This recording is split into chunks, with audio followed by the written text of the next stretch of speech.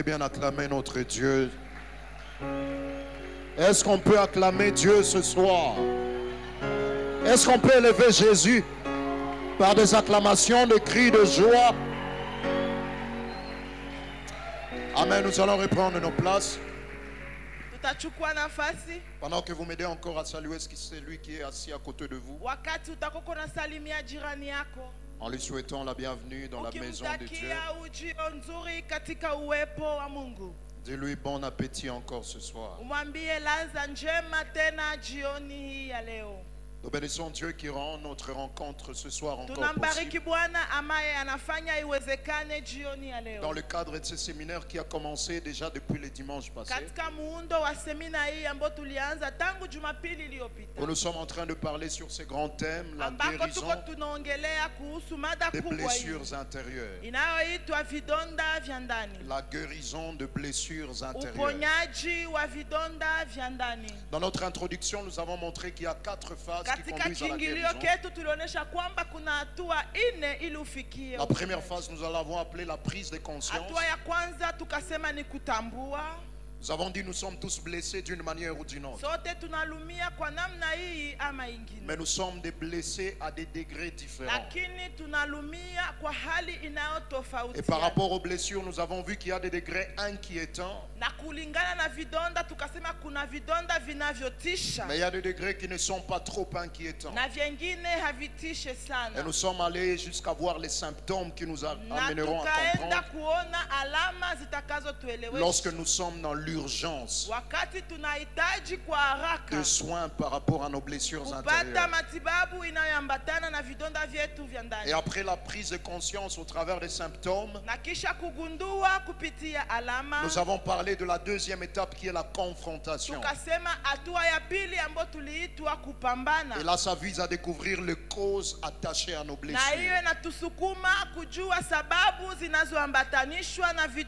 Et par rapport aux causes des blessures, nous avons parlé de 3 types de causes de blessures. Les blessures prénatales qui se développent pendant que l'enfant est encore dans le sein maternel. Mais deuxièmement, les blessures périnatales qui se développent durant le processus d'accouchement.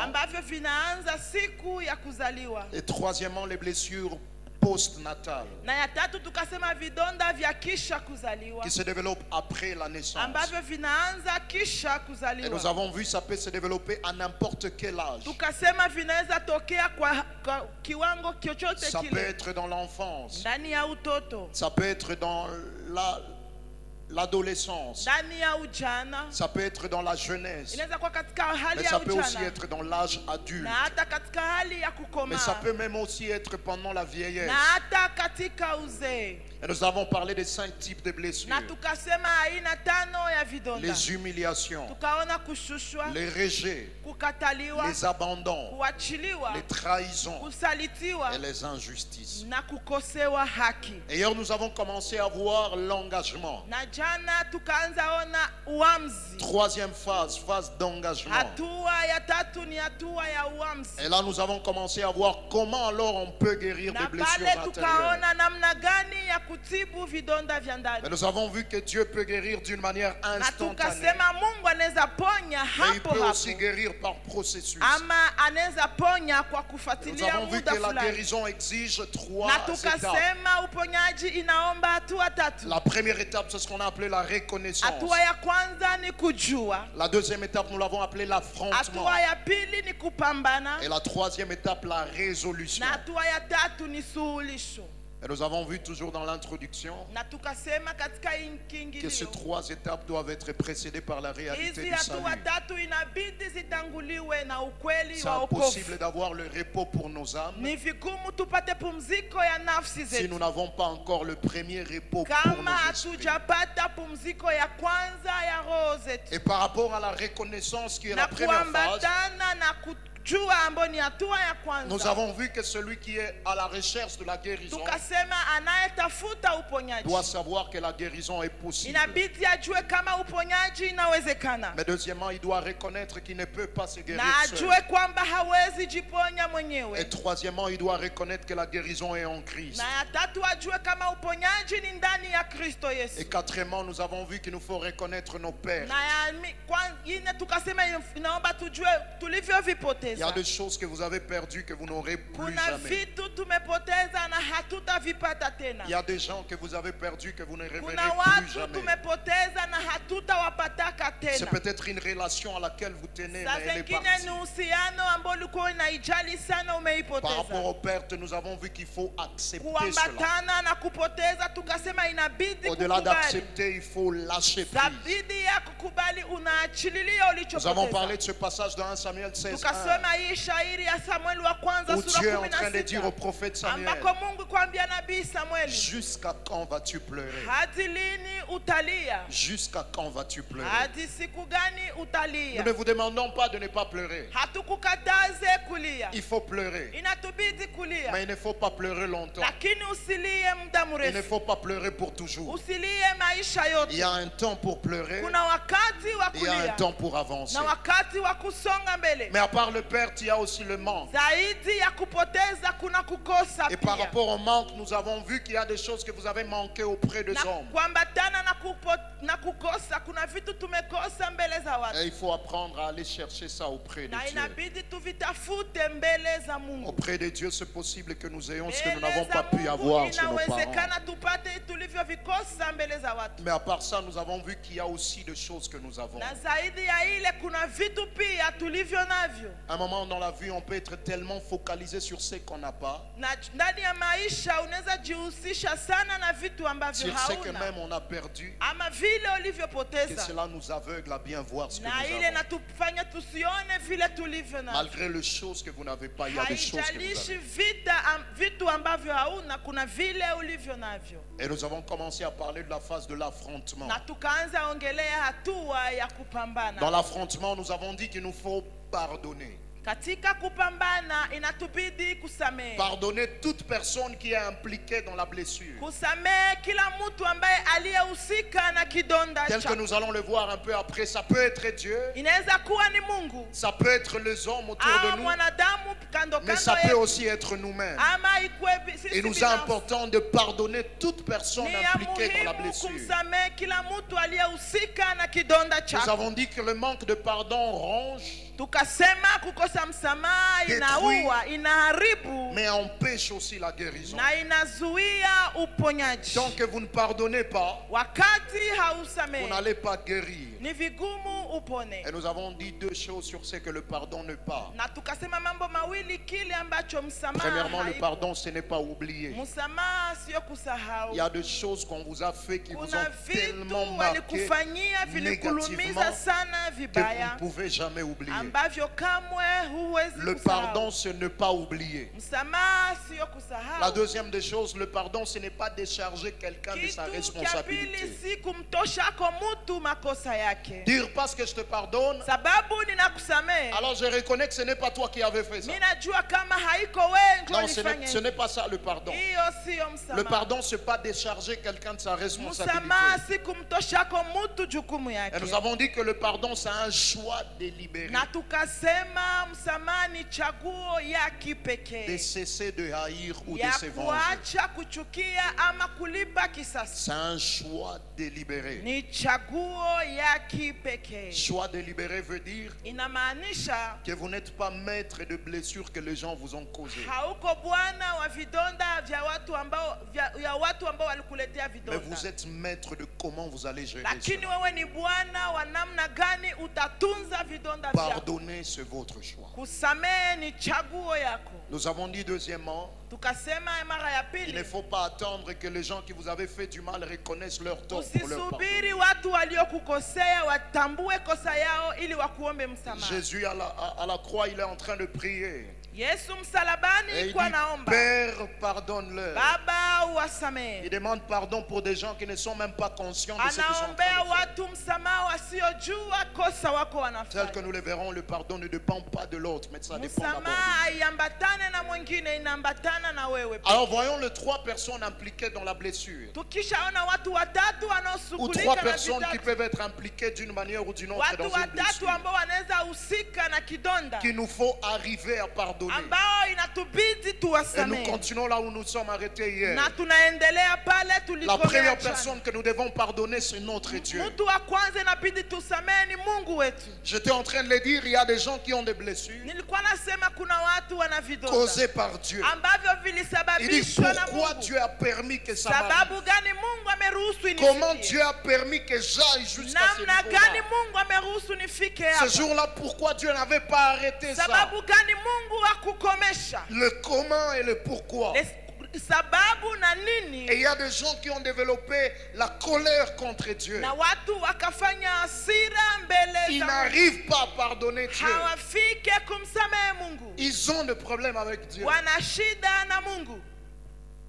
Mais est-ce que tu peux pardonner Dieu? Je, unaweza kumsamehe Mungu? Nous l'avons dit. Tukaisema. Généralement, le pourquoi et le comment, ce n'est pas notre responsabilité. Namna gani na nini sio jukumu yetu. Lorsque l'ange est envoyé venir voir Marie, wakati malaika alitumwa kuona Maria, il lui dit tu vas enfanter un fils. Akamwambia utamzaa mwana. Et Marie pose une question. Na Mariamu akaswali comment swali. Cela se fera-t-il? Itafanyika namna gani? Le comment, namna gani, c'est pas toujours notre responsabilité. Haiko kazi yetu. Le pourquoi, sababu gani, c'est pas toujours notre responsabilité. Haiko pia et que des fois tu ne comprendras pas le pourquoi ou le comment parce que tu as été blessé par ce que tu as reçu. Il y a des gens qui ont des blessures causées par Dieu. Et ils doivent pardonner Dieu. Vous êtes déjà arrivé de rencontrer des gens qui ont des problèmes avec Dieu? Et je disais généralement ce sont des gens qui s'attaquent même aux serviteurs de Dieu. Tellement que facilement on ne peut pas rencontrer Dieu. On peut s'attaquer aux serviteurs de Dieu. Est-ce que tu peux pardonner Dieu? Mais la deuxième personne à pardonner, qui peut aussi être impliquée d'une manière ou d'une autre dans une blessure, c'est soi-même. Il y a des gens qui ont fait des choses et ils n'arrivent pas à se pardonner. Il peut avoir demandé à Dieu pardon. Dieu l'a pardonné au même moment. Mais lui-même n'arrive pas à se pardonner. Il dit comment je suis arrivé à tomber si bas? Comment je suis aussi arrivé à faire ça? Dieu lui a pardonné, mais lui-même n'arrive pas à se pardonner. Et par rapport au pardon que nous devons nous accorder, la première des choses à faire à ce niveau ici, c'est assumer sa responsabilité. Assumer sa responsabilité. Il ne faut pas simplement tenir les autres coupables. À un certain niveau, tu ne peux pas voir ta part de responsabilité. Si tu es là qu'à ne condamner que les autres, c'est à cause de tel que je t'ai tombé dans ce péché. C'est à cause de tel que j'avais fait tel problème. Est-ce que tu peux aussi reconnaître ta part de responsabilité? J'étais en train de le dire hier. Il y a des choses qui vous arrivera de faire et la confiance des gens disparaît. Reconnais ta responsabilité. La deuxième des choses à faire à ce niveau ici, c'est d'éviter la culpabilité. Il y a des gens qui n'arrivent pas à avancer vers leur destinée à cause du poids de la culpabilité. Dieu l'a déjà pardonné. Mais lui-même a du mal à se pardonner. Culpabilité. Il peut même ne plus servir Dieu. Ne plus même se consacrer à Dieu. Parce que toutes les fois qu'il va prier, il ressent des choses qui lui disent, toi aussi tu crois que Dieu vraiment peut te pardonner. Vous savez, par rapport à la culpabilité, il existe deux types de culpabilité. La première culpabilité, c'est la culpabilité qui vient du Saint-Esprit. Et ça arrive généralement après avoir péché. Le Saint-Esprit nous mettra mal à l'aise jusqu'à ce que nous allions chercher la solution. Ça peut être par la voie de la repentance. Ça peut être par la confession. Cette culpabilité que vous ressentez après avoir péché et qui vous conduit à la repentance, elle vient du Saint-Esprit. Mais la culpabilité que vous ressentez après vous être repenti, elle ne vient pas du Saint-Esprit. Elle vient du diable. Avec l'objectif de vous décourager. Tu t'es déjà repenti. Mais lorsque tu vas prier, tu as comme l'impression que toi, Dieu ne peut plus t'écouter. Il y a même des gens, lorsqu'ils rencontrent des défis dans leur vie, et se disent, ça doit être à cause de ce que j'avais fait. Oh, Dieu t'a pardonné. Mais pourquoi revenir toujours sur ça? La culpabilité. Dans la Bible, il y a des destinés qui ont eu à avorter à cause de la culpabilité. L'un des personnages, il s'appelle Judas Iscariote. Dieu a pardonné Judas Iscariote, mais son problème c'était la culpabilité. Il a même reconnu son tort. Il a pris l'argent. Il est parti remettre ça. Mais après ça, il s'est dit, j'ai fait quelque chose qui est tellement mauvais que Dieu ne peut plus m'accepter. Je préfère aller me tuer. Te tuer n'est pas la solution. Dès que tu as demandé à Dieu pardon, il te pardonne. Il te pardonne. Nous verrons dans les solutions qu'il faudrait accepter ce que Dieu nous donne par la foi. Mais au-delà de la culpabilité, parmi les choses à faire aussi pour se pardonner soi-même, il est important d'écouter Dieu par-dessus toute autre chose. Et écouter Dieu, ça peut être au travers de sa parole. Il n'y a pas Dieu qu'on peut écouter. On peut aussi écouter les hommes autour de nous. On peut aussi nous écouter nous-mêmes à l'intérieur. Mais on peut aussi écouter le diable. En parlant de se pardonner soi-même, je suis en train de parler des gens qui ont fait des choses. Ils s'en veulent à eux-mêmes. Tu as dit jusqu'au mariage. Malheureusement, quelque chose se passe. Tu as dit, moi aussi je donnerai le pain à ma maman. Mais quelque chose se passe. Tu t'en veux à toi-même. Tu te dis, mais comment encore je verrai les gens? Oui, j'ai demandé à Dieu pardon, mais je ne crois pas que Dieu peut vraiment me pardonner. La culpabilité pèse sur moi. Il est important d'écouter Dieu. Parce que les hommes peuvent te regarder et te dire tu n'as pas de valeur. Mais qu'est-ce que Dieu lui te dit? Tu n'as pas de compétence. Peut-être parce qu'on t'a humilié sur base de tes manquements. Chacun de nous a des manquements dans un ou un autre domaine. Je rappelle un écrivain qui disait, si vous évaluez la capacité à voler du poisson, vous traiterez le poisson d'idiot. Pas parce que le poisson est idiot, ou parce que le poisson est faible dans le vol, mais parce que ce n'est pas son domaine. Et que les gens qui vous traitent, ils vous humilient sur les choses qui ne font pas partie de votre domaine.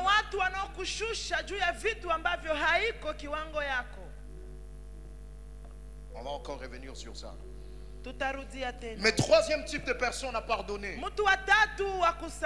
ce sont les autres. Les gens qui sont autour de nous. Les gens qui ont eu aussi à avoir une part des responsabilités dans la blessure. Ça peut être les gens qui vous ont humilié. Les gens par qui le rejet est passé. Nous avons dit en parlant de rejet, vous pouvez être rejeté pour la mission que Dieu vous donne. Dieu vous donne un appel et vous n'êtes pas compris. Rejeté. Et on en veut à ces gens-là. Mais il est important de pardonner à ces personnes qui sont impliquées dans la blessure.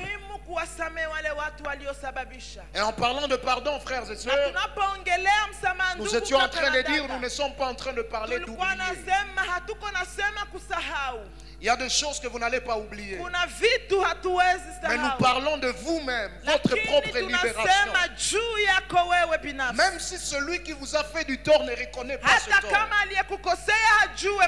Pour votre propre liberté, vous devez pardonner. Et nous avons parlé de ce texte d'Éphésiens, chapitre 4, le verset 32, là où la parole de Dieu déclare: soyez bons les uns envers les autres, compatissants, vous pardonnant réciproquement, comme Dieu vous a pardonné en Christ. Nous devons pardonner les gens qui sont autour de nous, comme Dieu nous a pardonné en Christ. Donc lorsque tu croiras avoir toutes les bonnes raisons pour ne pas pardonner quelqu'un, souviens-toi de toutes les bonnes raisons que Dieu avait pour ne pas te pardonner.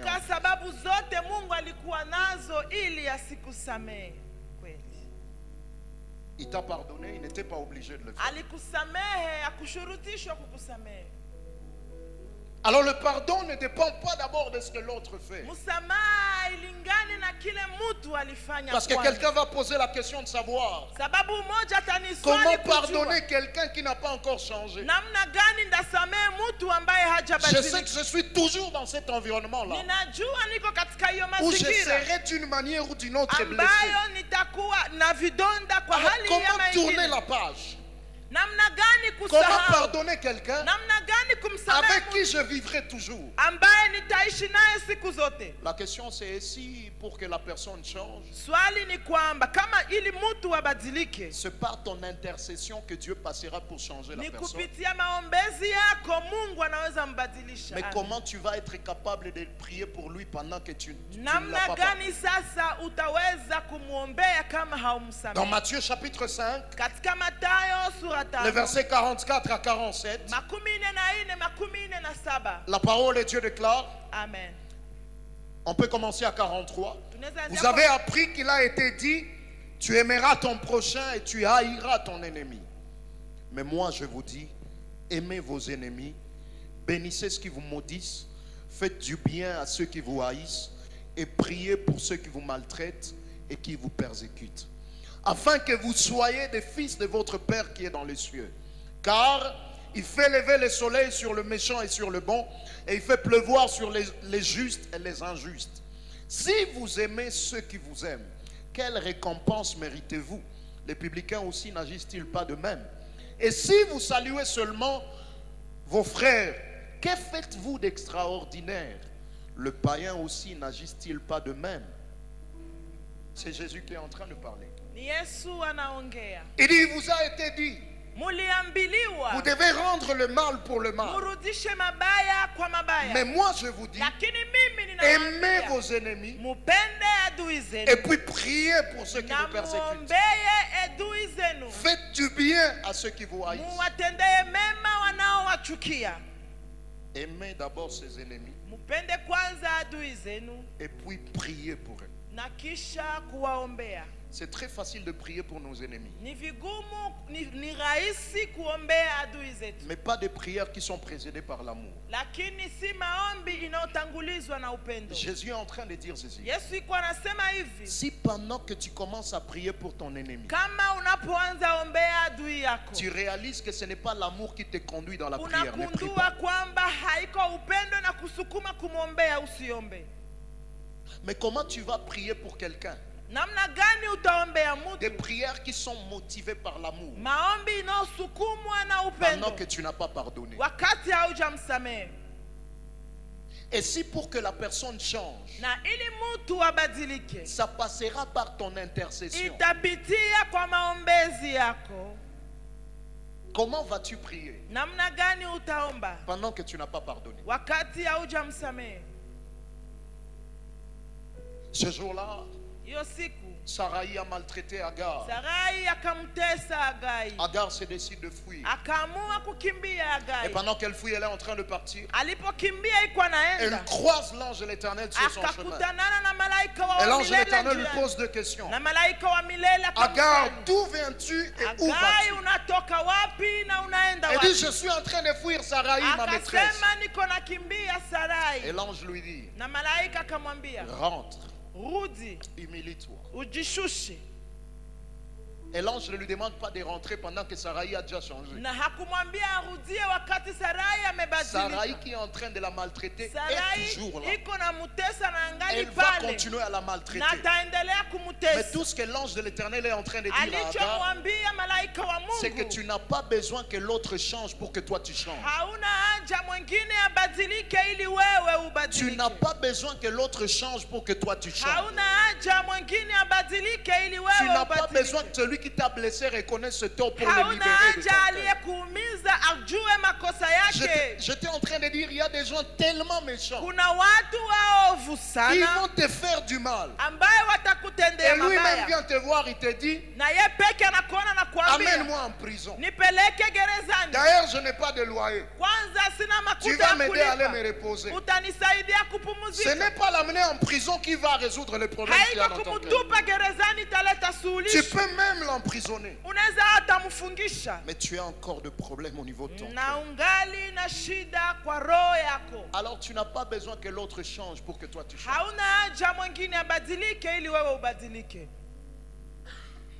Alors maintenant à la dernière étape, la résolution. En parlant de la résolution, j'aimerais qu'on note ces trois vérités introductives.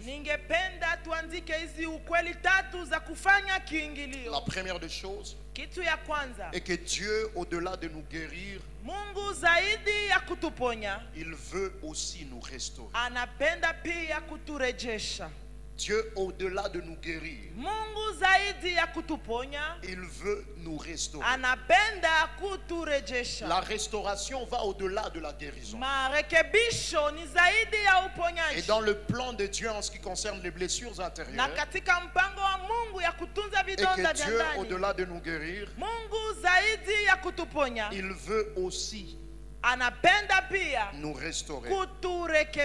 Dans Psaume chapitre 23, le verset 3 que nous connaissons beaucoup, on peut commencer au verset 1er. C'est David qui écrit et il dit, l'Éternel est mon berger, je ne manquerai de rien. Il dit, il me fait reposer dans le vert pâturage. Il me dirige près des eaux paisibles. Et puis écoutez le verset 3. Il restaure mon âme. Et doit dire à celui qui est à tes côtés, il restaure mon âme. Dieu, au-delà de guérir nos âmes brisées, Au-delà de guérir nos cœurs brisés, il veut restaurer ces âmes. La restauration va au-delà de la guérison. Restaurer veut dire quoi? Restaurer veut dire deux choses. Premièrement, restaurer veut dire rétablir en bon état. Rétablir en bon état. Mais deuxièmement, restaurer veut dire remettre en état de référence. Remettre en état de référence. Ça va au-delà de la guérison. La guérison vise à ce que la partie qui a été blessée arrive à revenir à la normale. Mais la restauration, c'est lorsqu'on peut arriver encore à repartir dans l'état dans lequel nous étions avant d'être blessés. Si c'est par rapport pour un cas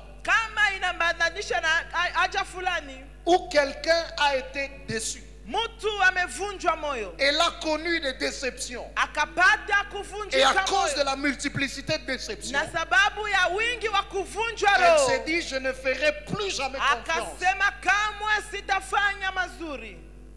Je ne ferai plus jamais confiance. Je ne peux même pas m'engager dans quelconque relation. Tellement que j'ai été déçu par beaucoup de gens. Cette personne-là est une personne blessée. Elle peut même avoir des sollicitations.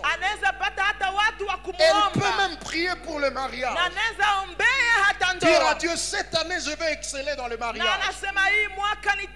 Mais tant que tu n'es pas guéri, tu ne peux pas exceller. Tu désires l'excellence, mais tu vas exceller dans quel état? Et toi-même, n'étant pas guéri, tu peux être un obstacle à l'excellence que Dieu est en train d'amener vers toi. Alors cette personne-là doit passer d'abord par la guérison. Elle ne doit pas attendre entrer dans le foyer pour guérir. Le temps où il faut chercher la guérison, c'est avant d'entrer dans le foyer. Sinon elle aura de problèmes. Elle va vouloir trouver dans son mari ce qu'elle a manqué. Et ça va créer beaucoup de problèmes. Alors lorsque la personne va chercher la guérison, c'est là qu'elle peut encore arriver à s'engager de nouveau. Mais il y a des gens qui se sont engagés de nouveau, mais qui ne sont pas capables de donner l'amour tel qu'elle donnait ça avant.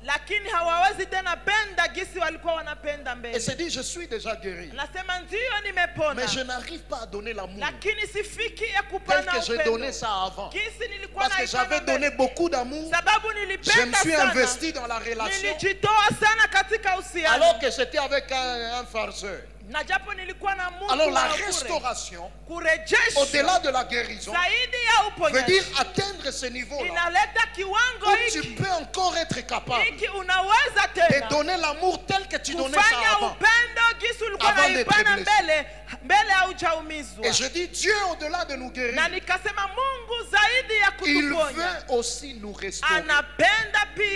Donc te remettre dans l'état original, de telle sorte que tu peux encore repartir. Il restaure mon âme.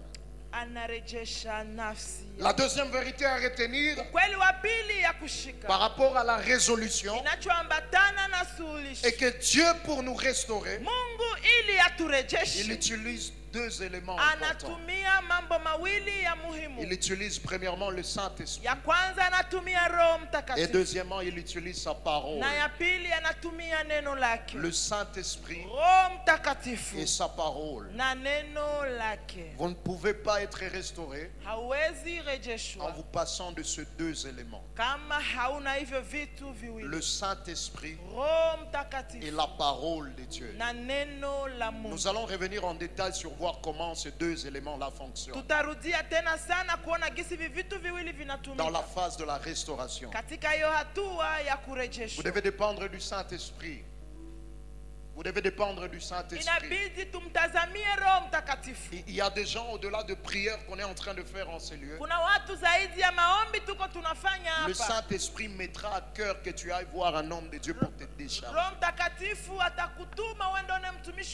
Que certaines guérisons passent par des choses qu'on a à dire.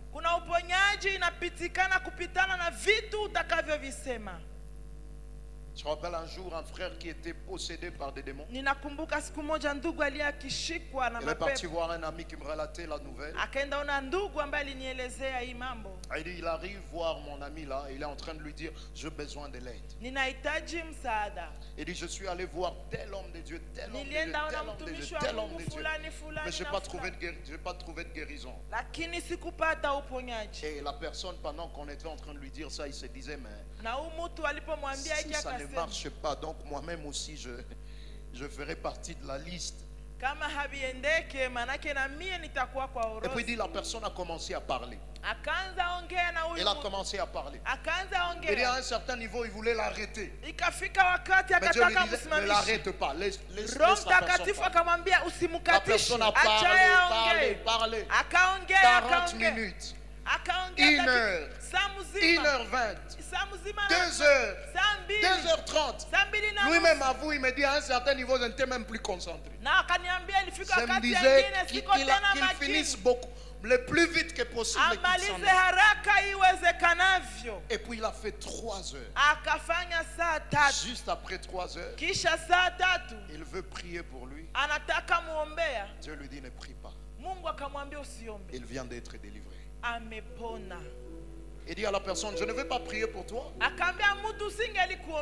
Il dit, non, non, tu dois prier, tu dois prier.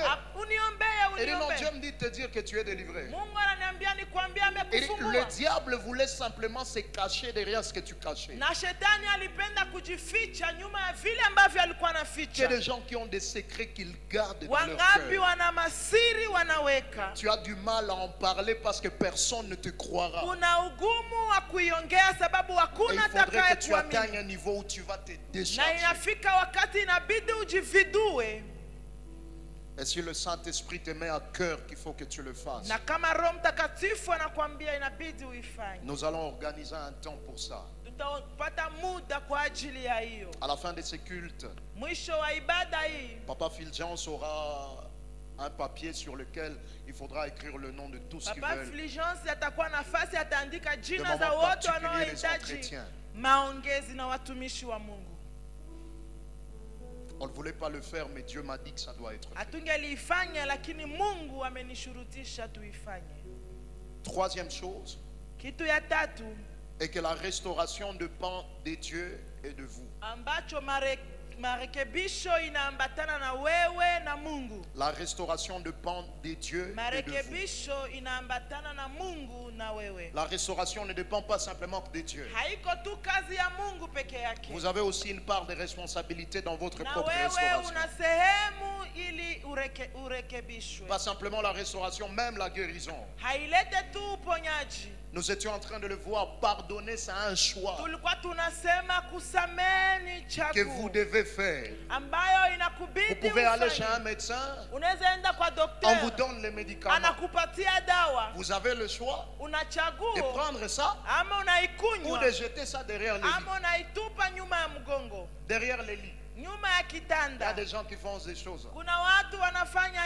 Ils jettent le médicament derrière. Et les jours où vous venez vérifier derrière les lits, il y a un stock pharmacie. Il y a la part de Dieu, mais il y a aussi votre part. Alors par rapport à la résolution, pour que la restauration soit possible, au-delà de la guérison, nous aurons besoin de 2 choses. La première des choses, ça s'appelle le renouvellement de l'intelligence. La deuxième des choses, ça s'appelle les renversements de faux raisonnements et de forteresses. renversement de faux raisonnements et de forteresses. Commençons premièrement avec la première phase, le renouvellement de l'intelligence.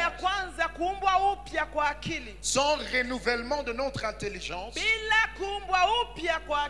la restauration est impossible. Dans Romains chapitre 12, le verset 2, la parole de Dieu déclare: ne vous conformez pas au siècle présent, mais soyez transformés par le renouvellement de l'intelligence. Et la Bible ajoute: afin que vous discerniez quelle est la volonté de Dieu, ce qui est bon, agréable et parfait. Remarquez, la Bible dit: ne vous conformez pas au siècle présent, mais soyez transformés par le renouvellement de l'intelligence. Donc les degrés de votre transformation sera toujours fonction au degré du renouvellement de votre intelligence. Tant que ton intelligence ne part renouvelée, tu ne peux pas être transformé. Parce qu'on est transformé par le renouvellement de notre intelligence. Lorsque vous êtes guéri, et au-delà d'être guéri, vous êtes restauré, les gens vous regardant, ils doivent voir que ça c'est une personne transformée. Quelqu'un même vous posera la question de savoir: et c'est à vous à qui on avait fait ça. Mais pour que tu arrives à être transformé, la transformation sera toujours fonction du renouvellement de ton intelligence. Et il dit encore une autre chose, et que le renouvellement de l'intelligence nous permettra d'être capables de discerner la volonté de Dieu. Et dans la volonté de Dieu, il y a le bon, il y a l'agréable et il y a le parfait. J'en parlais dans les cafés chrétiens, mais on peut encore y revenir. Un des problèmes qu'il y a eu dans le Nouveau Testament, après même la Pentecôte, c'est que les disciples étaient passés par la chambre haute, mais ils n'avaient pas l'intelligence renouvelée.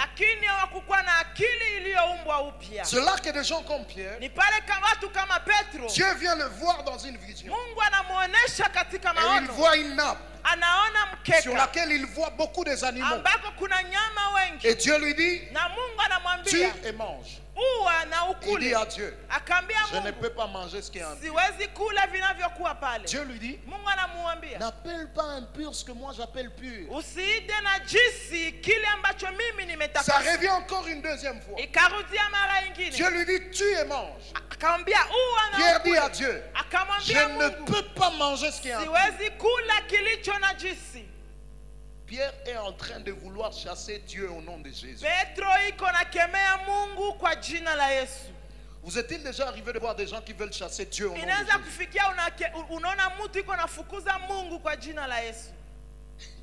Il dit: au nom de Jésus. Dieu dit: c'est moi. Ne me chasse pas au nom de Jésus, c'est moi. Mais le problème c'est quoi? Il n'a pas encore le renouvellement de l'intelligence. Il est passé par la chambre haute, mais le problème est qu'il est encore judaïsant dans sa tête. Judaïsant dans sa tête. Et c'était un problème dans l'église primitive. Les gens avaient grandi dans le judaïsme, mais après être sauvés, ils veulent combiner les deux, le judaïsme et le christianisme.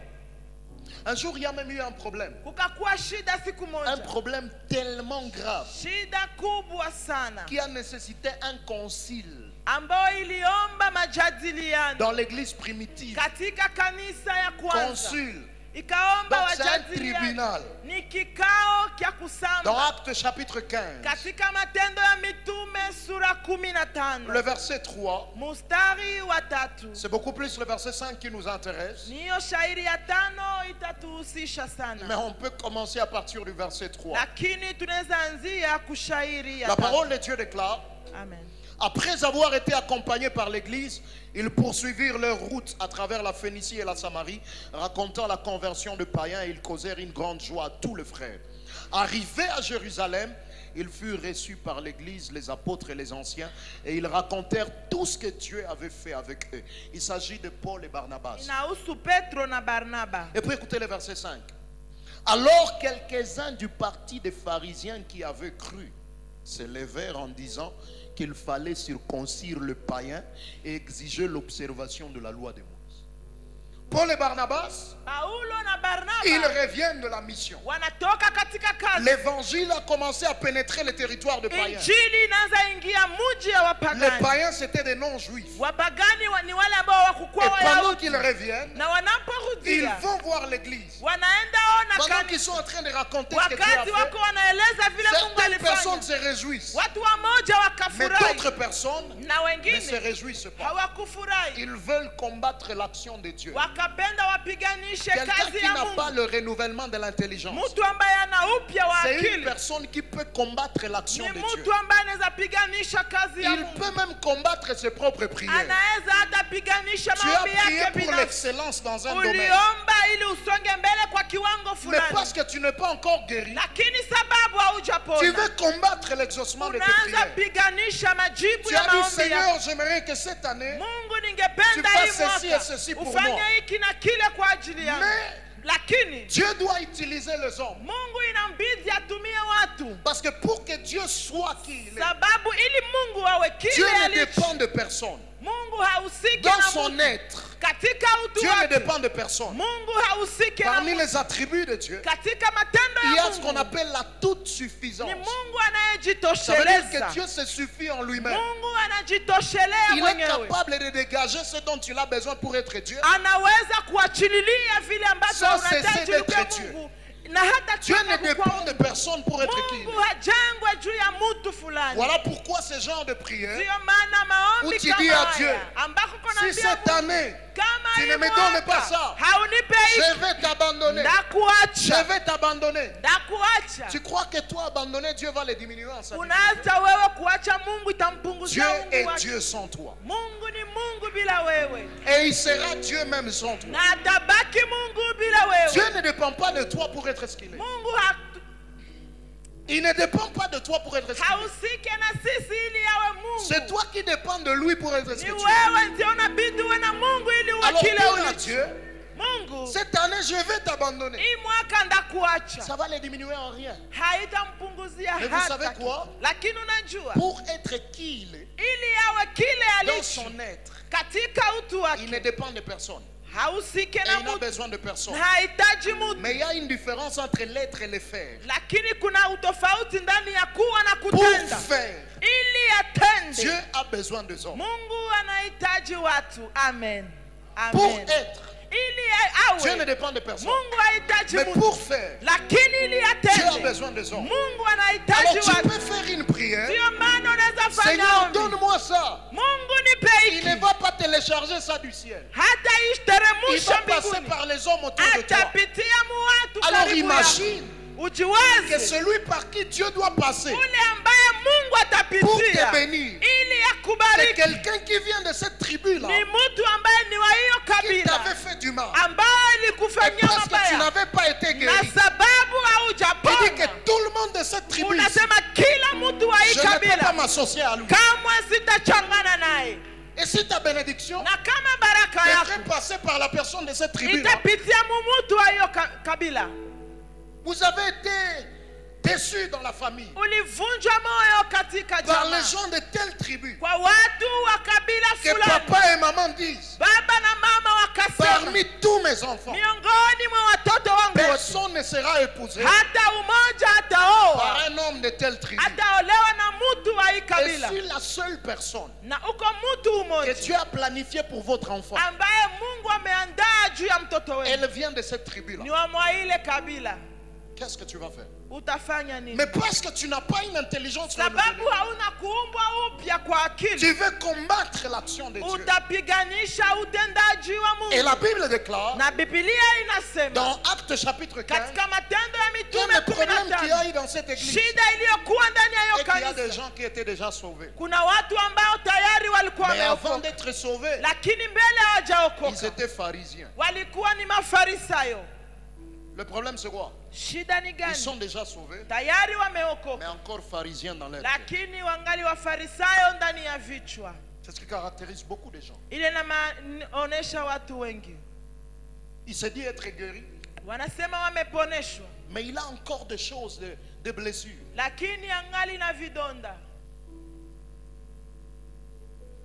Donc il faut le renouvellement de l'intelligence. Et le renouvellement de l'intelligence vient par le Saint-Esprit. La Bible dit dans Tite chapitre 3, le verset 5. Tite chapitre 3, le verset 5. Il nous a sauvés, non à cause des œuvres de justice que nous aurions faites, mais selon sa miséricorde, par le baptême de la régénération et le renouvellement du Saint-Esprit. Aide-moi à dire à celui qui est à tes côtés, renouvellement du Saint-Esprit. La Bible dit, Dieu nous a sauvés par sa miséricorde. La miséricorde, c'est quoi? Je rappelle quelqu'un qui disait que la miséricorde veut dire, je ne sais pas comment ça va sonner en Swahili. Il dit c'est la corde qui nous tire de la misère. Miséricorde. Corde qui nous tire de la misère. Miséricorde. Alors c'est quoi la miséricorde? La miséricorde, c'est le fait que Dieu ne nous traite pas comme nous le méritons. Il ne nous traite pas comme nous le méritons. C'est ce qui a fait que ce jour-là, lorsque le fils prodigue avait fui la maison de son père, il est parti. Et à un moment, il se décide de se lever et revenir sur lui. Il a dit, je me lèverai, j'irai vers mon père. Et pendant qu'il revient, la Bible dit il était en train de marcher. Mais son père a couru pour l'accueillir dans la maison. Lorsque la repentance vient en marchant, la miséricorde va vers nous en courant. La miséricorde, c'est le fait que Dieu ne nous traite pas sur base de notre mérite. Et la Bible est en train d'ajouter que Dieu nous a sauvés par sa miséricorde, par le baptême de la régénération et le renouvellement du Saint-Esprit. Nous avons besoin que le Saint-Esprit fasse de nous des hommes nouveaux. Pas des gens qui se disent être guéris, mais qui ne sont pas encore restaurés à cause de choses attachées à cette maison.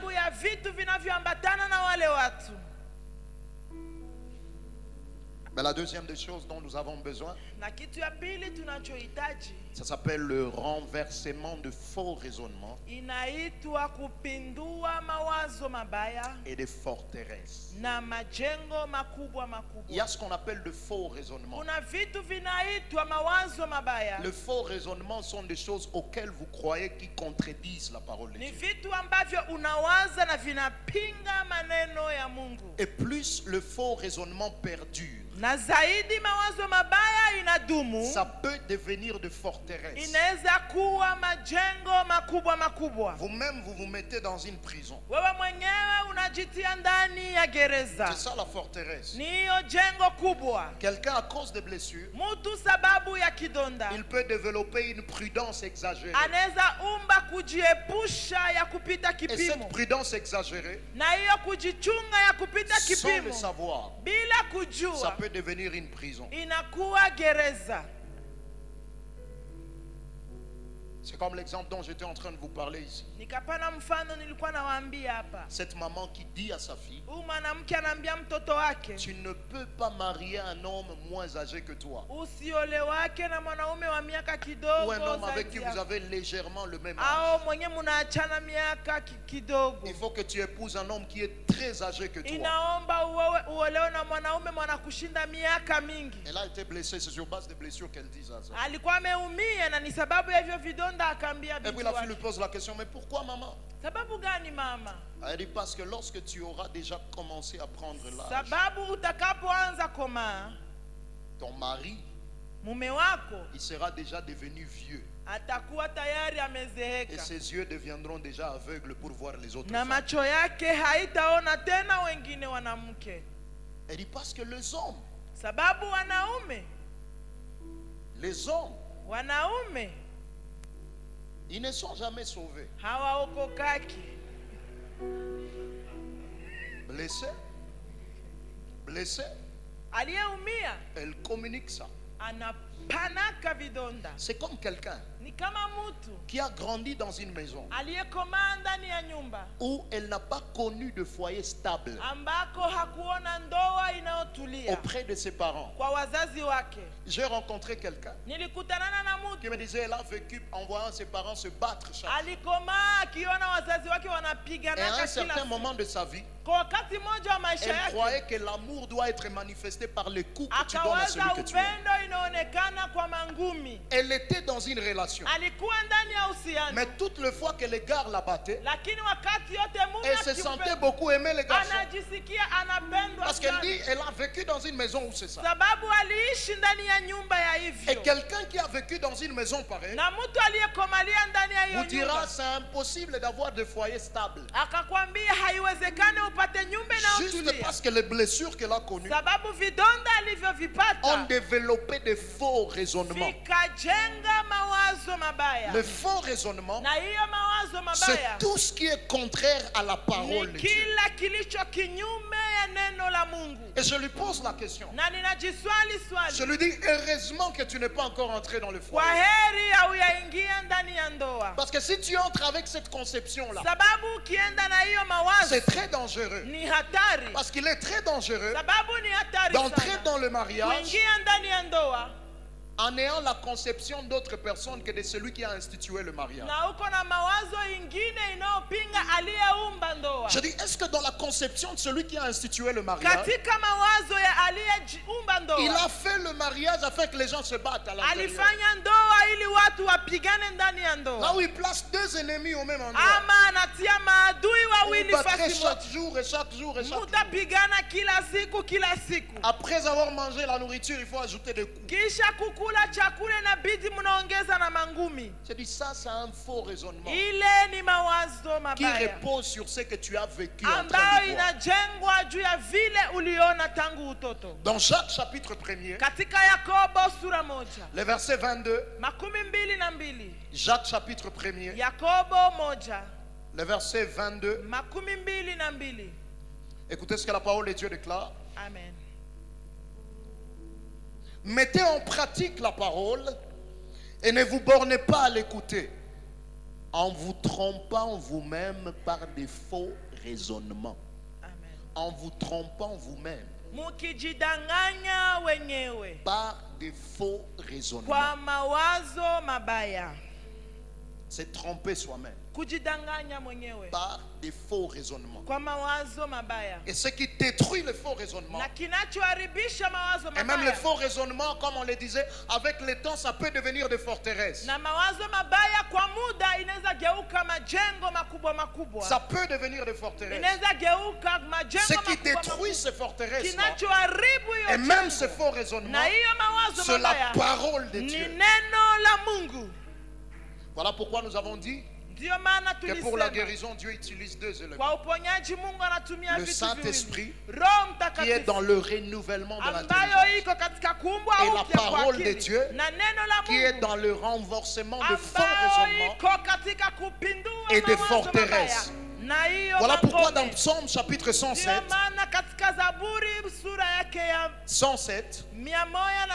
les versets 19 à 20,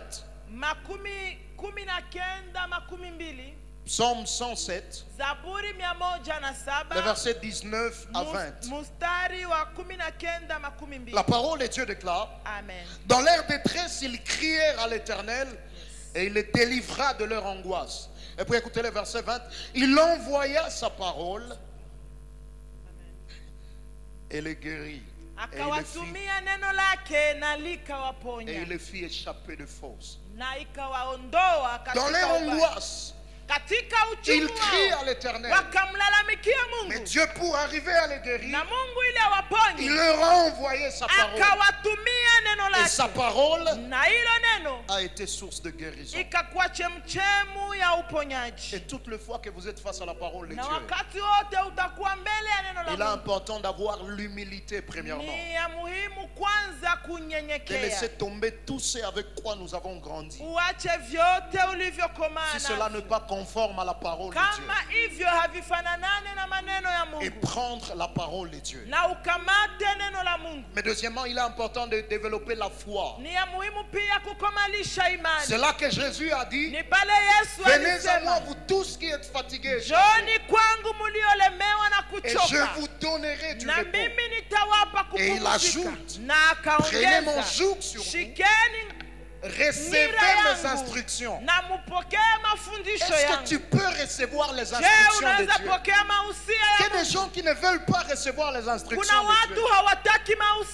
Et comment recevoir les instructions de Dieu? Où même se trouvent les instructions de Dieu? C'est là dans sa parole. Tu ne peux pas guérir. C'est d'ailleurs un exercice que je vais vous donner. Si vous avez des blessures dans un ou un autre domaine, cherchez dans toute la Bible. Qu'est-ce que Dieu dit de cette blessure-là? Si les gens viennent vous voir et ils te disent: tu n'es pas beau, tu n'es pas belle, à cause d'un manquement que tu as, qu'est-ce que la parole de Dieu te dit? La parole de Dieu déclare: je te loue de ce que je suis, une créature si merveilleuse. Donc, je ne suivrai pas ce que vous me dites. Je ne suivrai pas ce que les gens me disent autour de moi, en disant que tu n'es pas beau. La Bible me dit que je suis beau. Et lorsque j'irai devant le miroir, je me regarderai pas sur base de ce que les gens me disent, mais sur base de ce que la parole de Dieu me dit.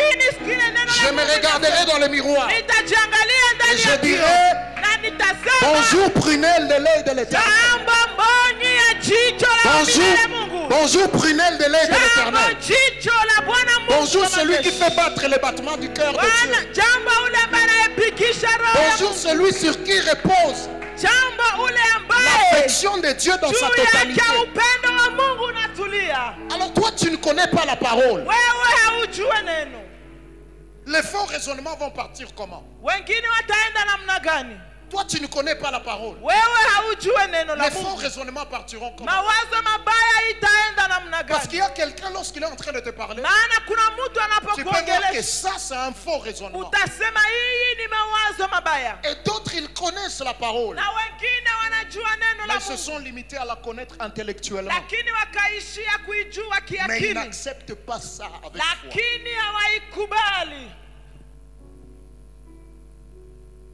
Tu ne peux pas être restauré Sans la parole de Dieu.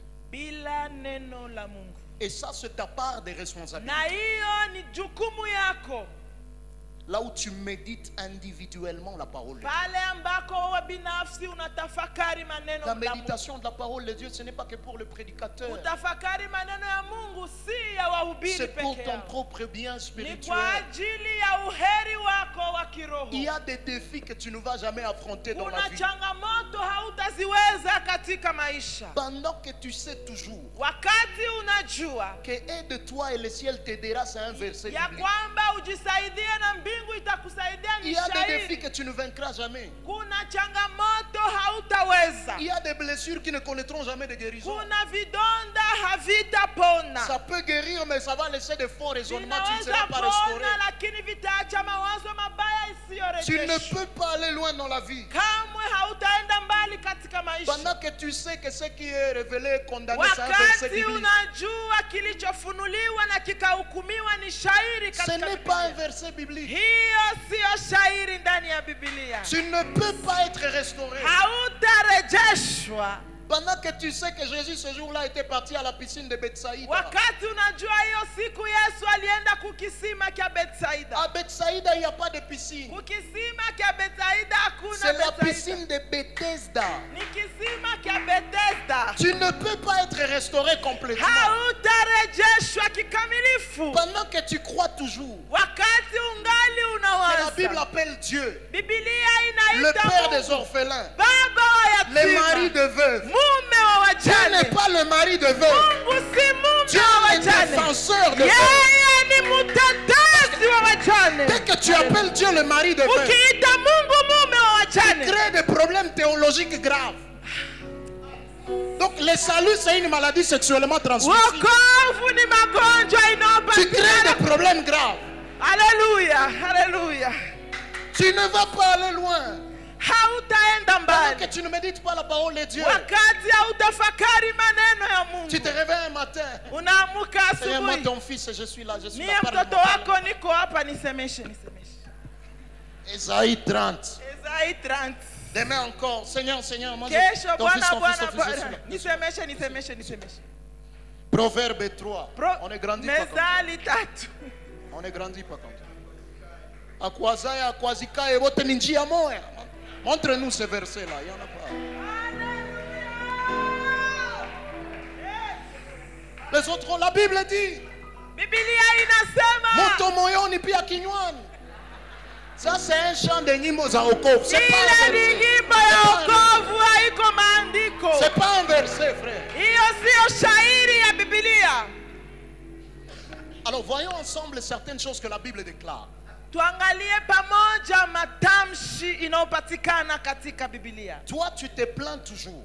Wewe uko unalia kila siku. Tu te plains toujours. Kila siku unajililisha. Que tu es venu sur la terre.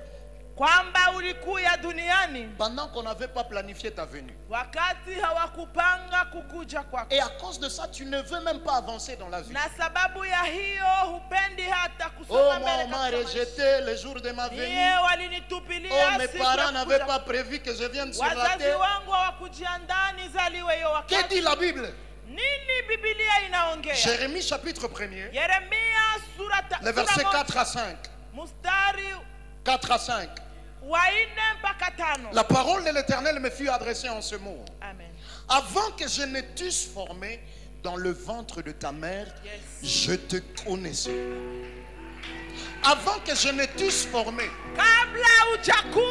dans le ventre de ta mère, je te connaissais. Dieu t'a connu avant que tes parents te connaissent. Même si tes parents n'avaient pas planifié ta vie, tu étais un imprévu prévu par Dieu. Dieu a planifié ta venue. Il a planifié que tu viennes exactement ce jour-là. Alors si les hommes te rejettent parce qu'ils n'ont pas planifié ta venue, pourquoi ne pas rentrer vers celui qui avait planifié ta venue et lui dire: je suis rejeté des hommes, je reviens vers toi. Fais de moi ce que tu voudras. Même la forme que tu as, planifiée par Dieu. Aide-moi à le dire à celui qui est à tes côtés. Avant que tu ne sois formé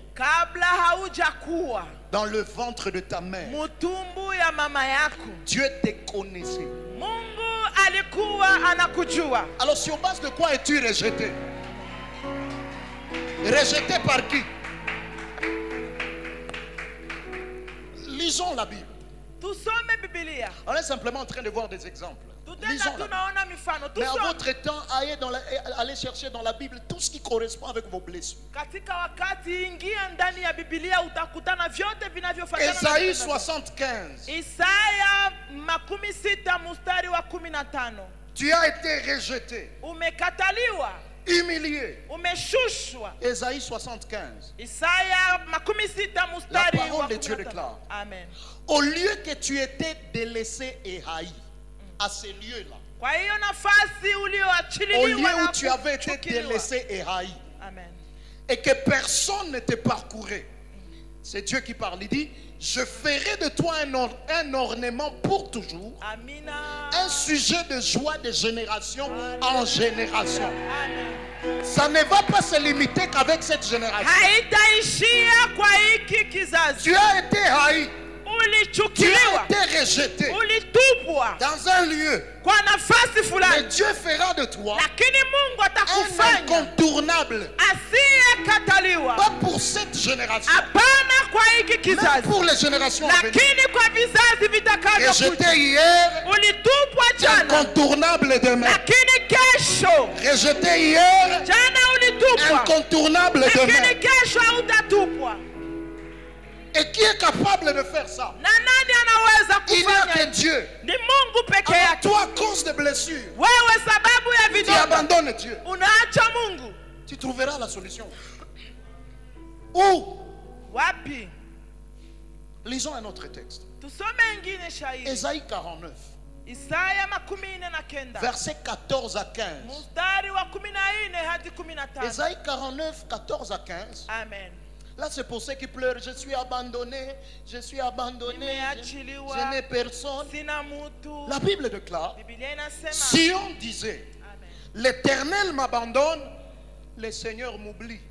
Écoutez le verset 15. Une femme oublie-t-elle l'enfant qu'elle allait? N'a-t-elle pas pitié du fruit de ses entrailles? C'est difficile qu'une femme oublie l'enfant qui est sorti de ses propres entrailles. Mais la Bible dit, même si cette probabilité-là pouvait arriver, quand une femme pourrait oublier son enfant, écoutez alors la suite. Moi, l'Éternel, je ne t'oublierai jamais. Jamais. Alors venir et dire: oh vraiment moi, j'ai été abandonné par les gens, vraiment je ne peux rien faire dans la vie. Faux raisonnement. Et à un moment tu peux rester avec ça. Ça devient une forteresse, prison, là où tu ne feras rien dans la vie. Au lieu de postuler, nous les enfants qu'on a rejetés, un faux raisonnement devient une forteresse. Qu'est-ce que dit la parole de Dieu? Qu'est-ce que la parole de Dieu te dit? Toi tu dis: je n'ai pas du mal à avancer à cause de mon passé. Mon passé il est tellement mauvais. Je sais que Dieu m'a pardonné, mais je n'arrive pas à me pardonner. Je ne sais même pas avancer à cause de ce que les gens me disent. La parole de Dieu te dit dans Ésaïe 43, le verset 18 à 19. Ésaïe 43, 18 à 19. Ne pensez plus aux événements passés et ne considérez plus ce qui est ancien. Le verset 19. Voici, je vais faire une chose nouvelle qui est sur le point d'arriver. Ne la connaîtrez-vous pas? Je mettrai un chemin dans le désert et des fleuves dans la solitude. De la solitude peut venir des fleuves. De la solitude peut venir des fleuves.